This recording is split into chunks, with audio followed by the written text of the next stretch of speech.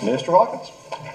Next item, Mr. Mayor, is a request for come and go for a conditional use permit to allow gas pumps for a convenience store for property located at the northeast corner of Hogan and Tyler. This was reviewed by the Planning Commission at their July 15th meeting. And at that time, the Planning Commission voted 5-4 in a simple majority vote to forward this request to City Council without a recommendation. Planning Commission votes were split 4-4 in favor of and 4-4 against the conditional use. The chair voted against approving the conditional use. 6 votes are needed to achieve an action on an item. Therefore, here it is. We've got it tonight. Because we have a store up now, it's operating, and we have many people here to talk about that. We have a beautiful store that has been an asset to our community, and everybody knows that. So I'm from the last meeting, there were several issues that were brought up by the neighbors, and Come and Go is here, and we're going to respond to those directly and right away. The comprehensive plan has been there for 10 years. It was studied before '04. Let's say 10 years. It's been adopted for 9. It calls for this, and here's what it says. In your staff report, now this goes to Planning Commission. You guys get the staff report? Here's what the staff said. Staff recommendation is this property is currently zoned C2 neighborhood commercial. Retail without auto-oriented uses is allowed by right.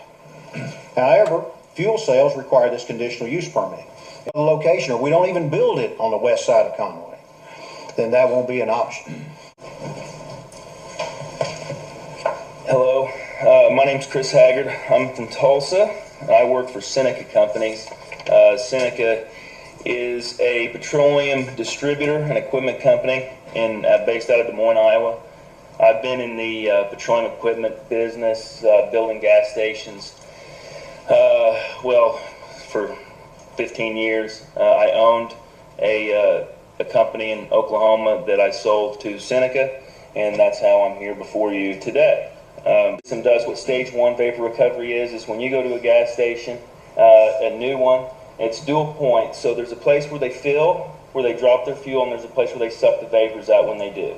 Okay? And so all these trucks are equipped with this vapor recovery hose. All right? The point of that is to recover those vapors. Okay? And I can tell you that with what's been implemented in the past 7 years, 5 years, we've limited. We're capturing over 95% of these vapors that 10 years ago were just going all over the place. Okay, and that's real. Aaron Rushing, CI Engineering. You guys had asked at Planning Commission about the distances from the fuel tanks and the canopies to the daycare. We've done some measurement. From our canopy is 335 feet to the daycare, actually to the playground area, which will be the outdoor area, and it's 320 feet from where the fuel tanks are over to the playground area too. So we're talking about an area longer than a football field. And briefly, in conclusion, if 335 feet from the pumps to the playground, if a running back in the NFL rushed for that much in one day, you'd say it was a great day because that's a long way to run. That's how far the pumps are from the playground. We have, as Come and Go, we have tried to address all the concerns that have come up at the last Planning Commission meeting. We tried to address concerns we anticipated would come up here. If by chance we have not addressed those concerns, that's what we're all here for. But they have made a professional presentation. They've proven to be a good neighbor for Conway. They will be a good neighbor for this neighborhood if they're allowed to go. And I noticed tonight we have a few new people in the audience. And for...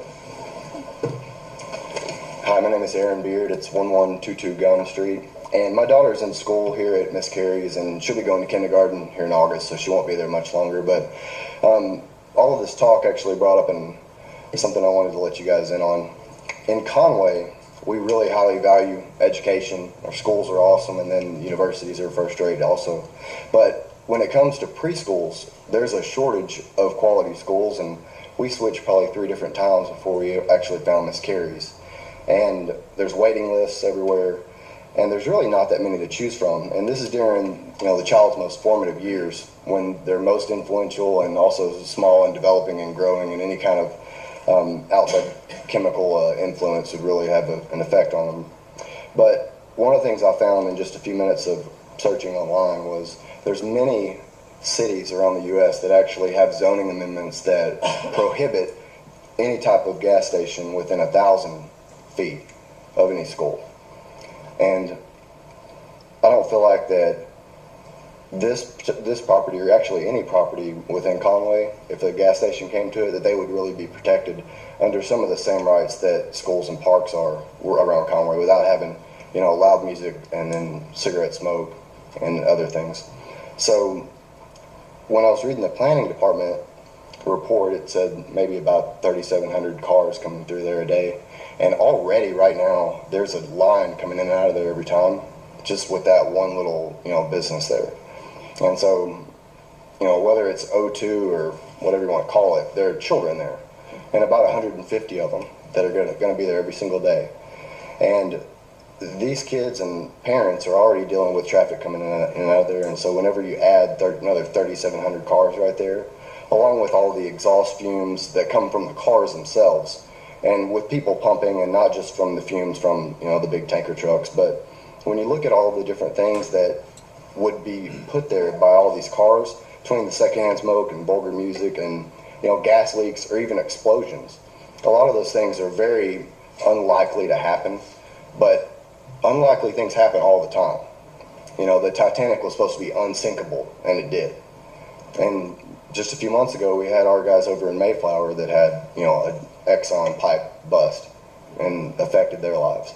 So things like that, no matter how well you plan and how good the technology is, can go wrong. And one of the things that people seem to think is that this is the only property available for a gas station. And they keep talking like they're not going to build one if they don't get this one. But there's like all kinds of room throughout West Conway, and especially all the way down Hogan going to the, Old Morrilton Highway. There's plenty of room for other developments for a gas station besides, 300 and something feet from 150 of our children. So with Conway being so big on education and our future and seeing the big picture and the vision, why are we going to pigeonhole ourselves into saying that this gas station has to go right next to one of the only few pre-kindergarten schools that we have? So I want for you guys to just consider that, because the ways that you have to make the decisions on the conditional use guidelines, number one, it talks about health, safety, and welfare. And number two was compatibility. So if you're going to look at the main two things that you have to use to make a decision on your conditional use, you've got health, safety, welfare, and compatibility in the number 1 and 2 spots.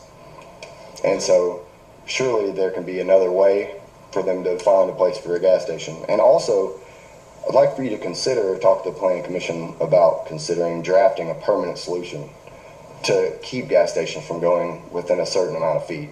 And I think 300 feet is too close. I walked it this morning, and I stepped from the edge of the playground to the edge of the lot, which was 120 feet or so. And I can throw a rock and hit it. And I know gas fumes don't just go up because rain and wind affects that. And there's been too many studies and research, people affected and people who have their whole families have cancer because of nothing else than being next to something like this.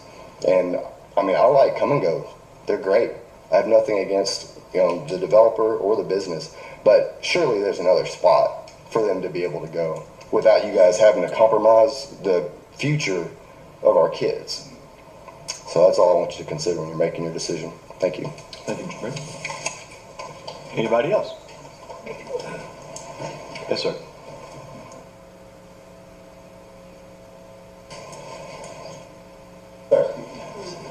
I'm not used to this yet. When you said something about 1,000 feet, there are states or municipalities that have 1,000-foot regulations. Can you help me with who those might be? I was trying to look them up. The one that came to mind was Wheaton, Maryland. Okay. Mm-hmm. And I can actually email you a list. When I was doing my research, I saved everything in my computer. There was one in Illinois, one in a suburb of D.C. But Wheaton, Maryland. Wheaton? Yes, sir. Thank you. Folks see it. Last comments. Yes, last comments. I was going to add that I noticed on the planning document it said that Conway 2025 wasn't applicable on this, but I was actually on the land use and planning sector that that did the Conway 2025, and if we had thought that we had to tell you guys not to put a gas station next to a school, we would have put that in there. We thought that would just be common sense not to do that. And also their comprehensive plan, obviously not everyone understands that there's a school there when it's O2. And so I'm sure they would have updated that if they had, looked at that incident directly. So just consider that as well. Very good. Thoughts? Yeah, I move that we deny this request. Second. Motion and second, we deny this request. All in favor of denying, say aye. Aye. All in favor of not denying, say no. No. Motion passes 7-1 to deny.